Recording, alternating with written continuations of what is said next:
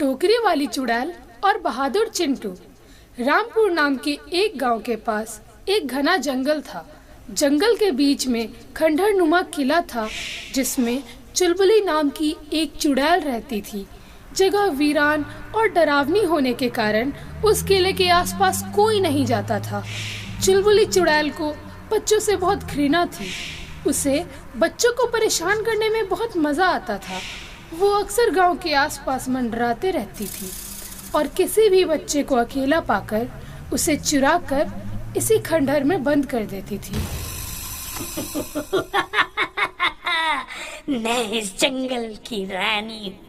मुझे आज एक और बच्चे की आवश्यकता है क्योंकि मैं उसे रोते और चीखते हुए देखना चाहती हूँ। बड़ा मजा आएगा। चलो गांव की तरफ चलती हूँ। चुलबुली चुड़ैल गांव के पास घूम रही थी। तभी उसकी नजर एक अकेले खेलते हुए बच्चे पर पड़ी। आज अच्छा मौका है। बच्चा अकेला घूम रहा है और अगल बगल भी कोई नहीं है। चलो भेष बदलकर बच्चे को पहला कर चुरा लेती हूँ। तभी चुड़ैल अपना भेष बदलकर एक सुंदर औरत के रूप में बदल जाती है और खिलौने वाली बनकर पहिया चलाते हुए बच्चे को रोककर कहती है, ए, रुको बच्चे, तुम मेरी बात सुनो। क्या नाम है तुम्हारा? क्या तुम्हें खिलौने पसंद है? हाँ आंटी, मुझे खिलौने बहुत पसंद है। और आपकी टोकरी में इतने सारे खिलौने। हाँ गोलू, ये सारे खिलौने तुम्हारे जैसे प्यारे बच्चों के लिए ही हैं। क्या आप मुझे वो गुड़िया देंगी? हाँ, क्यों नहीं। लेकिन क्या आंटी? लेकिन मेरी एक शर्त है गोलू। कैसे शर्त आंटी? मुझे बच्चे बहुत प्यारे लगते हैं। बच्चों का घुमाना भी मुझे बहुत ही अच्छा लगता है। तुम इस खिलौने की टोकरी में बैठ जाओ और मैं तुम्हें पूरे गांव की सैर कराऊंगी और ढेर सारे खिलौने भी दूंगी। हाँ, क्यों नहीं, मैं तैयार हूँ। अब तो और भी मजा आएगा।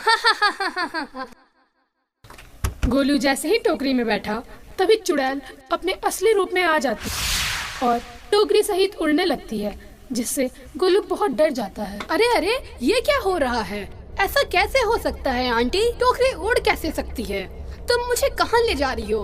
मम्मी बचाओ, मम्मी बचाओ। अरे तुम कौन हो? मम्मी बचाओ, मम्मी बचाओ, मम्मी बचाओ। शोर करोगे तो मैं तुम्हें कच्चा चबा दूंगा। बचाओ, मम्मी बचाओ, मम्मी। अरे आज तुम्हें कोई नहीं बचा सकता मम्मी, क्योंकि सुनसान खंडहर की तरफ कोई आता ही नहीं। बचाओ, मम्मी बचाओ, मम्मी बचाओ, मम्मी। चुड़ैल टोकरी सहित अपने खंडहर नुमा किले में चली जाती है और उसे एक अंधेरे कमरे में बंद कर देती है। समय बीतता गया। इसी तरह से गांव के कई बच्चे गायब हो गए, जिससे ग्रामवासी काफी चिंतित हो गए और इसी बात पर विचार करने के लिए एक सभा बुलाई गई। भाइयों, हमारे गांव के कई बच्चे गायब हो गए हैं। यह बहुत ही चिंता की बात है। वो खिलौने वाली औरत जब भी हमारे गांव आती है तो एक मुसीबत लेकर आती है। एक बच्चा गायब हो जाता है। मुझे तो उसी पर शक है। हाँ, तुम ठीक कह रहे हो। वो हमेशा शाम के समय ही आती है। मुझे लगता है कि हमें इस औरत की सच्चाई जानना बहुत जरूरी है। मेरे पास एक तरकीब है। इस योजना में एक बच्चे का सहयोग भी जरूरी है। मैं सहयोग करूंगा उस दुष्ट को मजा चखाने में। नहीं, मैं अपने बच्चे को इस मुसीबत में नहीं डाल सकती। नहीं बहन, चिंटू अकेला नहीं रहेगा। हम सब ग्रामवासी उसके आसपास ही छिप कर रहेंगे। हाँ, हम सब साथ रहेंगे। हम सब चिंटू के साथ ही रहेंगे।